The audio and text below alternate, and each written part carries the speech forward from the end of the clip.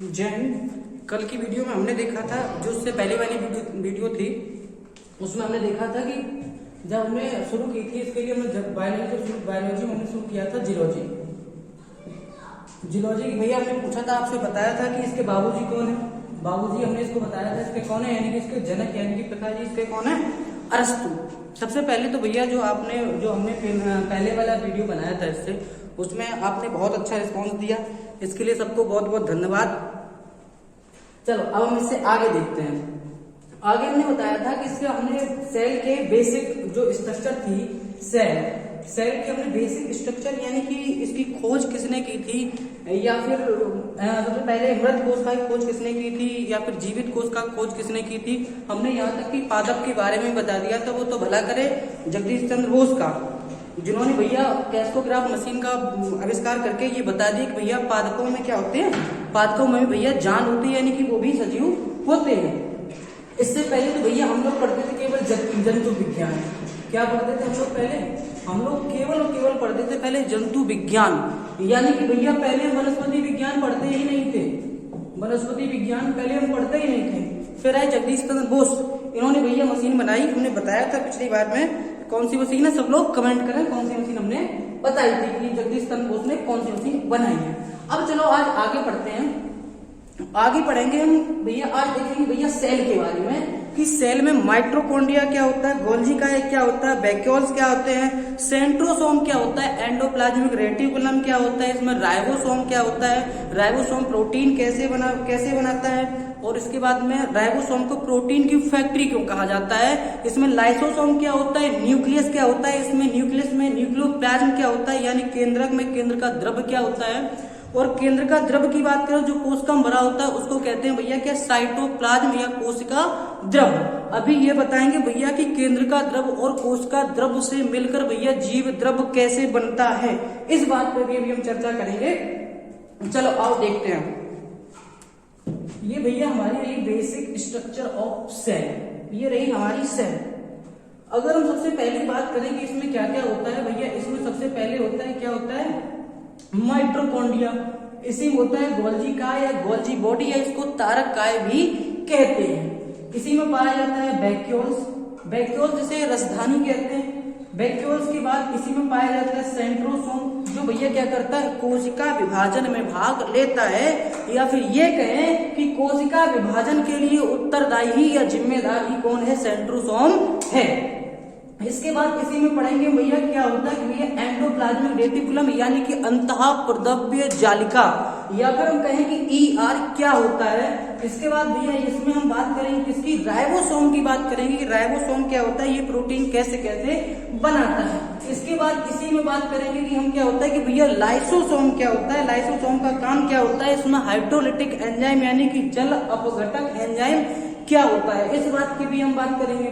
इसी के बाद इसमें देखेंगे हम क्या होता है कि न्यूक्लियस क्या होता है, केंद्रक क्या होता है, केंद्रक में भैया केंद्रक के अंदर क्रोमोसोम क्या होते हैं, क्रोमोसोम की संरचना कैसी होती है, क्रोमोसोम को जब खोलते हैं, जब खींच के उसको हम देखते हैं कि इसके अंदर क्या क्या पाया जाता है। सबसे पहले इसके अंदर पाया जाएगा क्रोमोसोम को खोलेंगे तो पाया जाएगा DNA, और DNA को जब और खोलेंगे तो पाया जाएगा जीन को जब और जूम करके देखें तो इसमें पाया जाएगा न्यूक्लियोटाइड, और न्यूक्लियोटाइड को भी जब और भैया हम जूम करके देखेंगे तो इसी में पाए जाएंगे ATGC, यानी कि एडेनिन, थाइमिन, ग्वानिन, साइटोसिन। इसके बाद देखेंगे भैया किसमें, एटी में, यानी कि एडेनिन और थाइमिन के बीच डबल बॉन्ड होता है। ये डबल बॉन्ड बना कैसे होता है, ये कैसे जुड़े होते हैं। इसी तरीके से ग्वानिन और साइटोसिन में ट्रिपल बॉन्ड होता है, ये बॉन्ड किसके बने होते हैं और ये काम कैसे करते हैं, इस बात की हम चर्चा यहाँ पर करेंगे।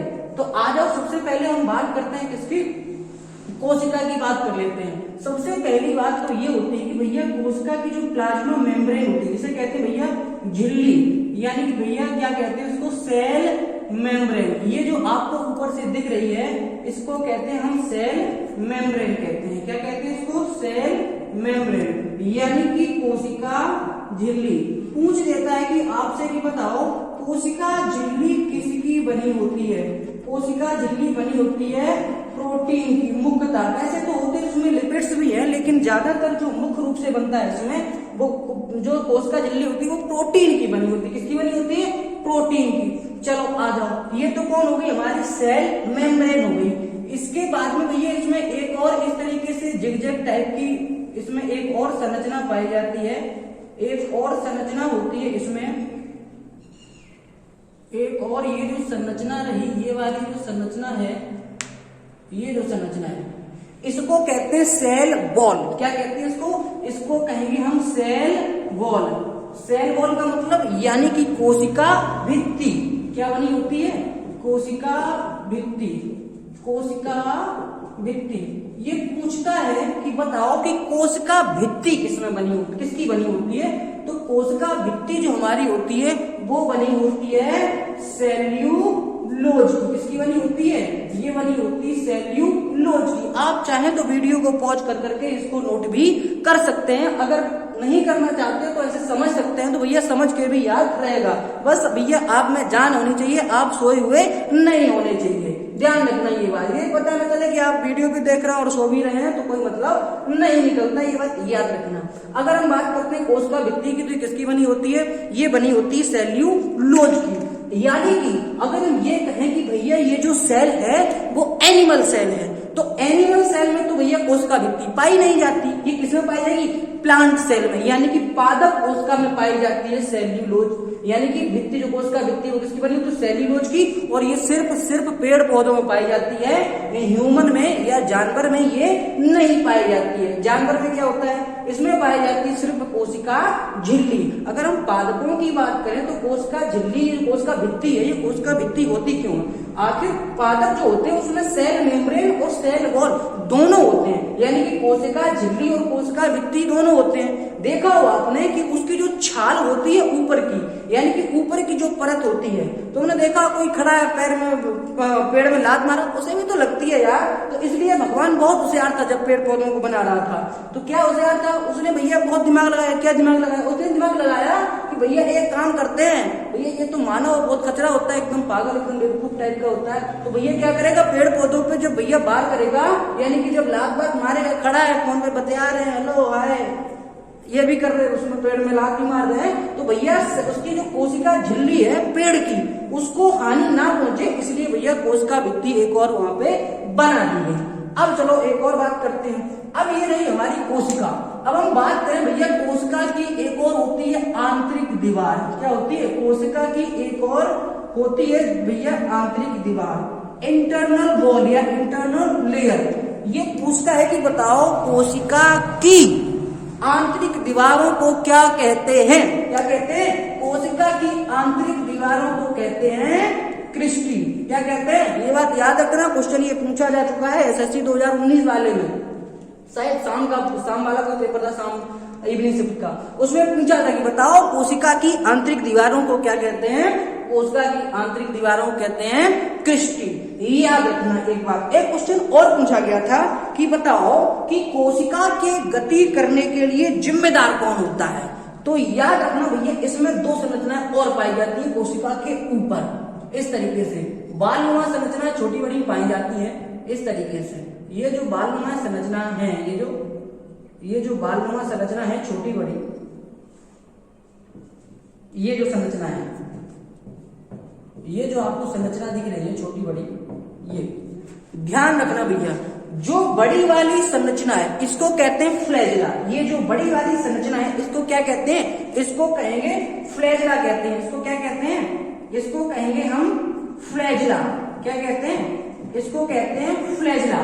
और ये छोटी वाली संरचना है ये वाली, इसको कहते हैं भैया हम क्या? फ्लैजिला, इंग्लिश में भी लिख सकते हैं फ्लैजिला।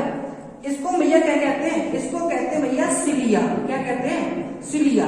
यानी कि हम इंग्लिश में भी इसको लिख दे रहे हैं भैया, जिसको जैसे लिखना हो, जो मीडियम अगर कोई सीबीएसई बोर्ड वाला है एकदम गोरखा टाइप का, तो वो इंग्लिश में लिख सकता है, जो हिंदी मीडियम वाला है इंग्लिश में लिख ले, लेकिन बात दोनों एक ही है। इसको शुद्ध इंग्लिश कहते हैं, इसको कहते हैं इंग्लिश, लिखा हिंदी में लेकिन है इंग्लिश का, तो इसको क्या कहेंगे? इसको कहते हैं इंग्लिश।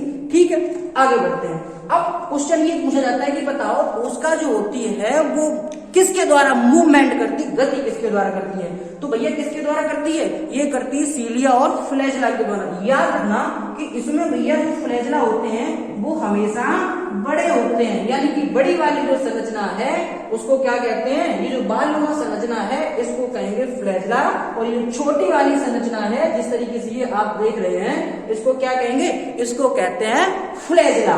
इतनी बात यहां तक समझ में आई? ठीक, और कमेंट करके भी सपोर्ट करें भाई, है ना। तो चलो आओ आगे बढ़ते हैं।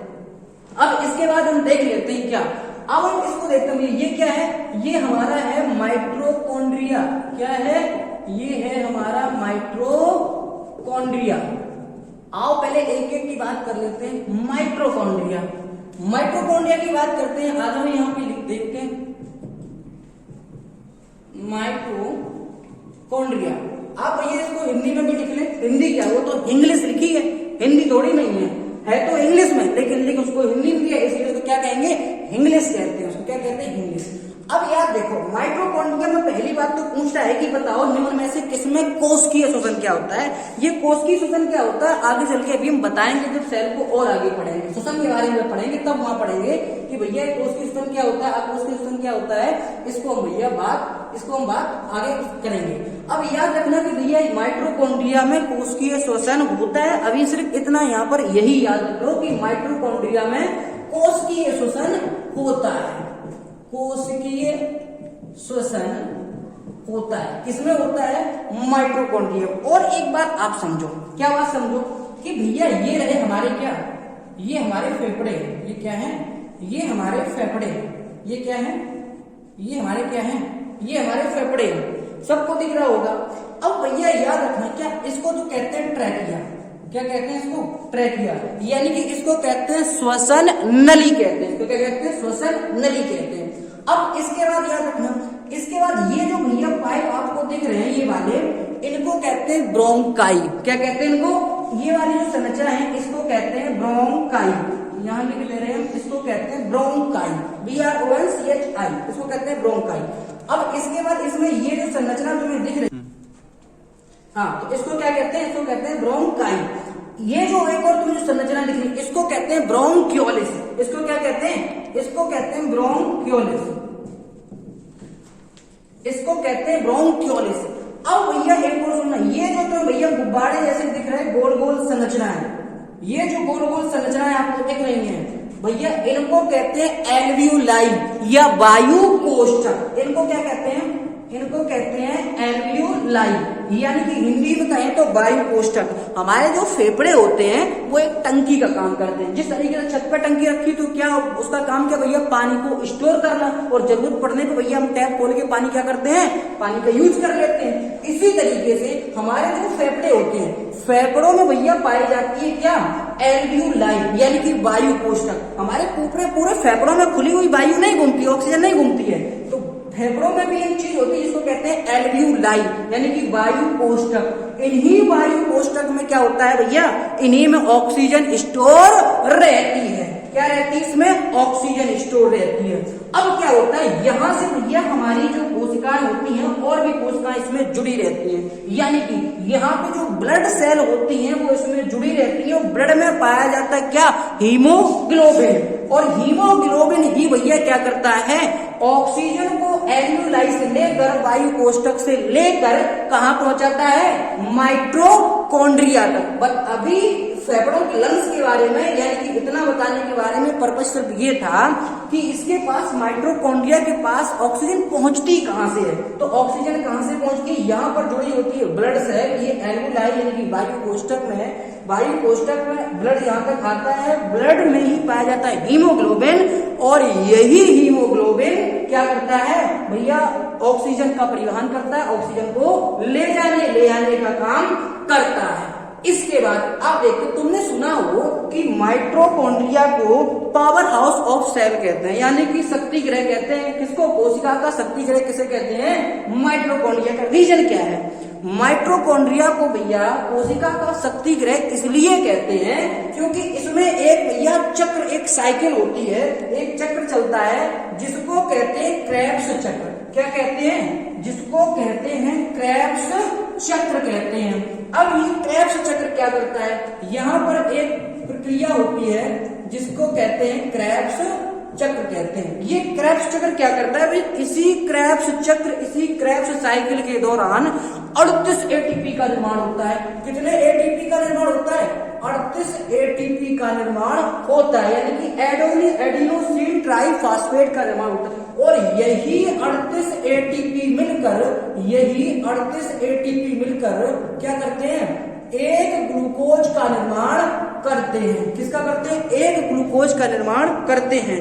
और यही ग्लूकोज जो है, इसी से क्या होता है, इसी से तो हम खड़े हैं, इसी से तो पढ़ा रहे हैं, इसी से तो भैया क्या कर पा रहे हैं, लिख पा रहे हैं। यानी कि यही ग्लूकोज हमें क्या करता है, यही ग्लूकोज हमें करता है ऊर्जा प्रदान। तो बात समझ में आई कि जब ये भैया क्या करता है, ऊर्जा को बनाता है, किसको, यानी कि क्रेब्स चक्र के माध्यम से 38 एटीपी का निर्माण होगा।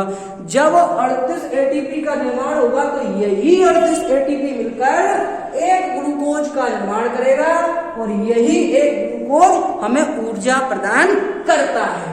तो जब भैया क्या बनाता है, ऊर्जा बनाता है, शक्ति को बनाता है, इसलिए भैया माइटोकॉन्ड्रिया को कहते हैं कोशिका का शक्ति गृह, पावर हाउस ऑफ सेल। इसलिए भैया इसको और क्या कहते हैं, माइटोकॉन्ड्रिया को कोशिका का शक्ति गृह, कोशिका का शक्ति गृह किसे कहते हैं, कोशिका का शक्ति गृह किसे कहेंगे, माइटोकॉन्ड्रिया को। तो माइटोकॉन्ड्रिया का काम क्या है, ऊर्जा को बनाना। अब हमें एक चीज बताओ अच्छा, कि माइटोकॉन्ड्रिया ने ऊर्जा को तो बना दिया, ऊर्जा को तो बना दिया माइटोकॉन्ड्रिया ने, लेकिन भैया उसको ऊर्जा को कोई ले जाने ले आने का भी तो काम करेगा। अगर कोई ऊर्जा को ले जाने ले आने का काम नहीं करेगा तो भैया एक ही जगह बनती रही, फायदा क्या। जैसे मान लो कि तुम्हारे घर में किचन में खाना बनता है कि नहीं बनता है, बिल्कुल बनता है। अगर तुम्हें उसको कोई परोसे ना आके, या अपनी मम्मी अगर खाना रख के ना दे, या मान लो कि तुम खुद रखने ना जाओ, तो क्या बताओ तुम्हारे पास तक खाना आ सकता है, नहीं आ सकता है। या तो आपकी मम्मी ही आपको खुद खाना रख के देंगी या आप खुद खाना रखेंगे। लेकिन इसमें क्या होता है, अब माइटोकॉन्ड्रिया तो कहेगा नहीं भैया ले सब्जी में ले जाओ। तो भैया ऊर्जा का स्थानांतरण करने के लिए एक चीज इसमें और होती है जिसका नाम है गोल्जी काय। ये क्या करता है, ट्रांसपोर्टेशन ऑफ एनर्जी, यानी कि जो माइटोकॉन्ड्रिया के द्वारा ऊर्जा बनाई गई है उस ऊर्जा का स्थानांतरण कौन करेगा, पूरी बॉडी में कौन पहुंचाएगा, कौन ट्रांसपोर्टेशन करेगा, कौन करेगा भैया। जैसे खाने का ट्रांसपोर्टेशन कौन करता है, या तो आप खुद करते हैं या आपकी मम्मी करती हैं, यही तो होता है कि नहीं होता है। लेकिन ऊर्जा इसमें कोशिका में क्या होता है, कोशिका में होता है क्या करता है भैया। अब बात कर लेते हैं गोल्जी काय की, यानी कि भैया तारक काय, किसको कहते हैं, गोल्जी बॉडी कहते हैं इसको, गोल्जी बॉडी। अच्छा, इसका नाम गोल्जी क्यों है, क्योंकि देखो अभी इसमें माइटोकॉन्ड्रिया में एक चक्र हो रहा था, क्रेब्स चक्र। तो भैया क्रेब्स नामक वैज्ञानिक ने उस चक्र को खोजा था।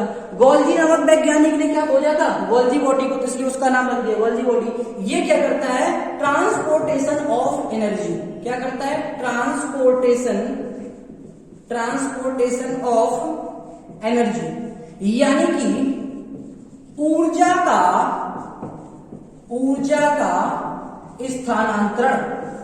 स्थानांतरण कौन करेगा, गोल्जी बॉडी। तो गोल्जी बॉडी का यहाँ पर इतना ही काम होता है कि माइटोकॉन्ड्रिया के द्वारा जो ऊर्जा बनाई गई है उस ऊर्जा को भैया इधर से उधर, यानी कि सभी अंगों को प्रदान करना किसका काम है, गोल्जी बॉडी का। तो गोल्जी बॉडी का इतना काम समझ में आ गया होगा। अब बात करते हैं किसकी, वैक्यूल्स की, यानी कि रसधानी की। ये तो कौन सा हो गया, ये हो गया था नंबर, गोल्जी बॉडी हो गया, गोल्जी बॉडी। अब किसकी बात करते हैं, अब बात करते हैं किसकी, वैक्यूल्स की, यानी कि भैया इसको हिंदी में कहते हैं रसधानी। क्या कहते हैं इसको, हिंदी में कहते हैं इसको रसधानी कहते हैं इसको।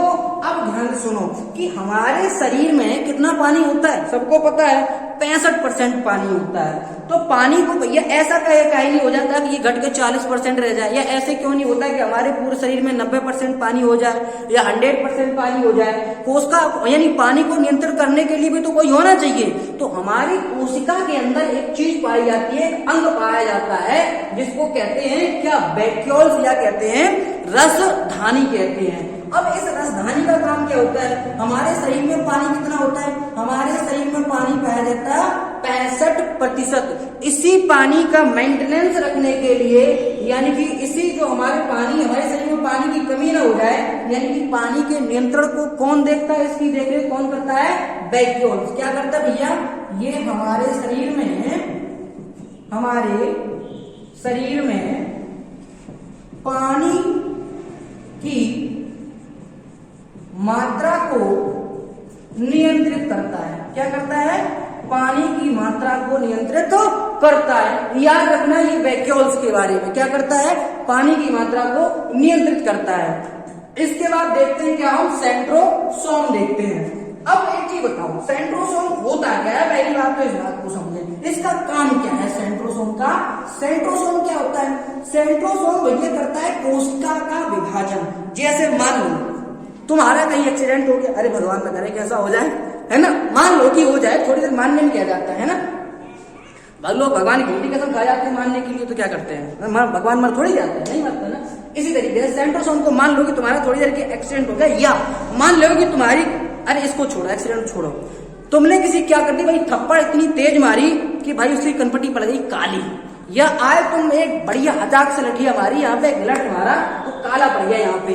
तुम जानते हो कि भैया वो काला या नीला क्यों पड़ जाता है? तो जानते हो वहां की जो सेल होती है, वहां की जो कोशिकाएं होती हैं, वो भैया कैसे हो जाती, मर जाती है। जैसे मान लो यहाँ पे किसी ने एक मुक्का दिया, अल्ले हो गया काम, यहाँ पे इतना एकदम से काला पड़ गया। काला क्यों पड़ गया ये, इस बात के पीछे कभी जानने की कोशिश कीजिए तुमने? इसका मतलब है कि यहाँ की इस वाले हिस्से की क्या हो गई, कोशिकाएं मर गई, कोशिकाएं खत्म। तुमने देखा हो किसी का एक्सीडेंट हो जाए तो एकदम से तुमने को पैरों जब खाल छिल जाए एकदम कालो से निकले, गोरो बढ़िया गजब एकदम, है ना। इसके बाद क्या होगा, इसके बाद तुम देखोगे धीमे धीमे इसका ये पड़ गया काला। काला क्यों पड़ जाता है, नीला पड़ने लगता है। नीला क्यों पड़ जाता है, इसका रीजन है यहाँ पे कोशिकाएं जो थी वो क्या हो गई, मर गई। अब क्या होगा, अब भैया फटाक से सेंट्रोसोम एक्टिव हो जाए, अच्छा यहाँ कोशिकाएं नहीं है। अब क्या करेगा, ये आसपास की जो जिंदा कोशिकाएं हैं, जो सही कोशिकाएं हैं, उनके साथ फटाक से क्या करेगा, क्रिया करेगा फटाक से।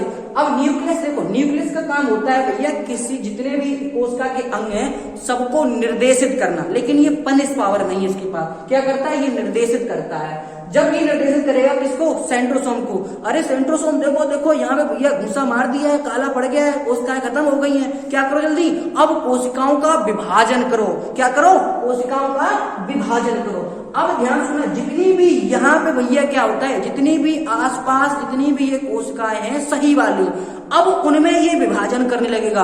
तो कोशिका विभाजन में हम कोशिका विभाजन 3 तरीके से पढ़ते हैं, आसूत्री विभाजन और समसूत्री विभाजन, अर्धसूत्री विभाजन। तो यहाँ पर हमारे जो विभाजन होगा वो होता है समसूत्री विभाजन, यानी कि माइटोसिस। याद रखना, आसूत्री विभाजन कहते हैं अमाइटोसिस और समसूत्री विभाजन कहते हैं माइटोसिस। यहाँ पे समसूत्री विभाजन होगा। समसूत्री विभाजन में क्या होता है कि जितनी कोशिकाएं यहाँ से मर गई, मान लो कि यहाँ की 100 कोशिकाएं मर गई, तो आसपास की जितनी भी जिंदा कोशिकाएं हैं, सेंट्रोसोम उन सबसे क्रिया करके क्या करेगा, 100 ही कोशिकाओं से क्रिया करेगा, और यहाँ पे 100 ही कोशिकाएं जितनी मर गई थी अब कोशिकाएं, उनको जिंदा कर देगा, यानी कि उनको जितनी भी कोशिकाएं अब उन्हीं की जैसी कोशिकाएं बना के यहाँ पे भी कर देगा। तो आप देखो कि 15 दिन में 10-15 दिन में फिर से ठीक होने लगा, जैसा था वैसा फिर से हो गया। आप कभी जैसे जल जाते हो तो क्या बताओ, हल्का वैसे ही बना रहता है हमेशा, एकदम बस फूल गया, खाल हट गई। अब तुम देखोगे 1-2 साल में वो भी दाग भी खत्म हो जाता है, 2-3 साल में जला हुआ नहीं हो जाता है, थोड़ा बहुत बना रहता है, उम्र के साथ वो भी भर जाता है, खत्म हो जाता है। चलो आ जाओ, तो बात करते हैं किसकी, सेंट्रोसोम की बात करते हैं। ये सेंट्रोसोम क्या करता है, सेंट्रोसोम करेगा भैया कोशिका का विभाजन। ये क्या करता है, कोशिका विभाजन करता है, कोशिका विभाजन करता है, कोशिका विभाजन। तुमसे सवाल पूछता है कि बताओ कि मनुष्य का ऐसा कौन सा अंग है, मनुष्य के शरीर का ऐसा कौन सा अंग है जहां कोशिका विभाजन बहुत तेजी होता है, सबसे फास्ट होता है। तो भैया सबसे तेजी सबसे फास्ट कहां से होता है, कहां होता है कोशिका विभाजन, याद रखना हमारे कहां पे, लीवर में। ये दिखाई दे रहा सर जी, देखो कितना दिखाई दे रहा उसमें, है ना। हाँ, तो कहाँ होता है, यहाँ होता है लीवर, इसी होता है कोशिका विभाजन। मान लो कि तुम्हें कोई एक तलवार मारने आए, गोली मारने आए, चक्कू मारने आए, तो तुम कहाँ मरवाओगे, सबसे पहले यहाँ मरवाओगे, ले यहाँ पे मारो। क्यों, क्योंकि भैया उसको लीवर को पता है कि देखो लीवर क्या होता है कि लीवर को अगर आधा काट भी दिया जाए ना, तब भी लीवर भैया अपने बहुत इतना कोशिका विभाजन इतना तेजी से होता है कि तब भी भैया वो अपने आप ठीक कर लेता है, उसमें इलाज की कोई जरूरत ही नहीं पड़ती। ठीक, तो मान लो तुम्हें कोई तलवार या चक्कू मारना है तो क्या कहोगे, ले लीवर में मारो, लीवर में। क्यों, क्योंकि भैया यहाँ पे कोश का विभाजन होता है बहुत तेज होता है। कोश का विभाजन कैसा होता है? बहुत फास्ट होता है। कहाँ पे होगा भैया? लीवर में। लीवर यानी कि इसी को कहते हैं यकृत में कोश का विभाजन सबसे तेज होता है। लेकिन सबसे धीमे कोश का विभाजन कहाँ होता है, ये भी पूछता है। तो सबसे भैया हमारा जो कोश का विभाजन है सबसे धीमे, सबसे स्लो, सबसे धीरे धीरे कहाँ पे होता है? सबसे धीरे होगा हमारा कोश का विभाजन हमारे मस्तिष्क में यानी कि ब्रेन में। कहाँ पे होता है? ये होता है ब्रेन में। ब्रेन भैया जो होता है यहाँ पे सबसे तेज क्यों होता है, सबसे धीमे क्यों होता है कोश का विभाजन? इसका रीजन है, देखो कोश का विभाजन करने के लिए जिम्मेदार कौन है? सेंट्रोसोम। तो ये जो हमारी ब्रेन है ये दो प्रकार की कोशिकाओं से मिलकर बनी होती है। कौन कौन सी कोशिकाओं से मिलकर बनी होती है? नंबर एक, ऐसे लिखो, ऐसे लिखो। नंबर एक कौन सा हो गया? नंबर एक होता है भैया न्यूरॉन सेल से। किससे मिलकर बना होता है? न्यूरॉन कोशिकाओं से। और नंबर दो होता है भैया ग्लियल सेल। कौन सी होती है? Number 2 glial cell. अब ध्यान से देखना कौन सी? Glial cell. अब भैया जो न्यूरॉन सेल है इनसे हमारा जो मस्तिष्क होता है वो 90% हिस्सा किससे बना होता है? न्यूरॉन सेल से मिलकर बना होता है हमारे ब्रेन का 90% हिस्सा। और 10% हिस्सा किससे मिलकर बना होता है? ग्लियल सेल से। अब ध्यान सुनना कि मान लो कि अगर पूरे ब्रेन में ही सेंट्रोसोम पाया जाता तो भैया यहाँ भी तेज होता कोश का विभाजन। लेकिन यहाँ पे हमारा जो ब्रेन है वो दो हिस्सों से मिलकर बना है, न्यूरॉन सेल और ग्लियल सेल। न्यूरॉन सेल 90% हिस्सा से मिलकर बना और ग्लियल सेल 10% हिस्सा से मिलकर बना। तो जो 90% हिस्सा से मिलकर बना है कौन बना भैया? हमारा जो मस्तिष्क न्यूरॉन सेल से मिलकर ये 90% है। लेकिन इसमें जो सेंट्रोसोम होता है भैया वो सेंट्रोसोम ही नहीं पाया जाता। जब सेंट्रोसोम ही नहीं होगा तो भैया यहाँ पे कोश का विभाजन होगा? बिल्कुल नहीं होगा। कैसे नहीं होगा? जैसे मान लो आपको खाना बनाना आता नहीं है, इस तरीके से न्यूरॉन सेल को भैया कोश का विभाजन करना आता नहीं है। अब मान लो कि आपकी मम्मी घर पे नहीं है तो खाना कौन बनाएगा? तो फिर कोई नहीं बनाएगा। तो भैया अगर मान लो कि आपकी छोटी बहन है या आपका छोटा भाई है वो थोड़ा बहुत बनाना जानता है तो वो क्या कहे? लाओ भैया हम बनाए रहे, लाओ दीदी हम बनाए रहे। बताओ मित्रों यही कहेगा कि नहीं कहेगा? हम गलत तो नहीं कह रहे ना? हाँ, इसी तरीके से ग्लियल सेल जो होती है 10% होती है, इनके पास होता है भैया सेंट्रोसोम। कि क्या होता है? बस इसी के पास सेंट्रोसोम होता है। तुम देखो 100% जहां होना चाहिए था वहां पे कितना है? केवल 10%। तो सही से कोश का विभाजन होगा? नहीं होगा। तो इसलिए भैया पूछता है तुमसे कि बताओ निम्न में से मनुष्य के किस अंग में या किस शरीर के किस हिस्से में कोशिका विभाजन नहीं होता है या ना के बराबर होता है? कहाँ पे होता है? ब्रेन में। रीजन क्या है इसका? कि भैया ये बना होता है ग्लियल सेल से भी, और जो ब्रेन का 10% हिस्सा होता है इसी में भैया होता है क्या? सेंट्रोसोम। मान लो कि तुम 10 रोटियां खाते हो तो वो तुम्हें 90% ना दिया जाए, 8% 10% दिया जाए तो यानी कितना? 10% यानी कि 1 रोटी। तुम्हें कुछ होगा? कुछ नहीं होगा। तुम्हें तो भूख तो फिर भी लगी रहेगी। काहे भैया खाते हो जो 10 रोटियां, है ना? यहाँ तो 2 रोटियों में खाते जाता है। ग्लियल सेल की बात करते हैं, है ना? चलो, तो सेंट्रोसोम बात समझ में आई कि भैया ब्रेन जो है वो किससे बना होता है? न्यूरॉन सेल से। 90% हिस्सा होता है न्यूरॉन सेल का। और कौन होता है? ग्लियल सेल जो होता है भैया वो 10% बना होता है, 10% हिस्सा से बना होता है। तो इसी 10% वाले हिस्से में पाया जाता है सेंट्रोसोम। इसलिए भैया यहाँ पे सेंट्रोसोम या तो नहीं होता या फिर ना के बराबर होता है। बात समझ में आई? आज के लिए इतना ही, फिर वीडियो हो जाएगा ज्यादा लंबा। और इसके बाद में क्या करेंगे? इसके बाद में हम पढ़ेंगे एंडोप्लाज्मिक रेटिकुलम और राइबोसोम पढ़ेंगे और लाइसोसोम पढ़ेंगे, न्यूक्लियस पढ़ेंगे। और इसमें भैया हम पढ़ेंगे केंद्रक में होता है केंद्र का द्रव, तो केंद्र का द्रव को पढ़ेंगे। और ये हमारी पूरी कोशिका है, कोशिका में होता है भैया कोशिका द्रव, तो हम पढ़ेंगे यहाँ पे कोशिका द्रव को। जय हिंद।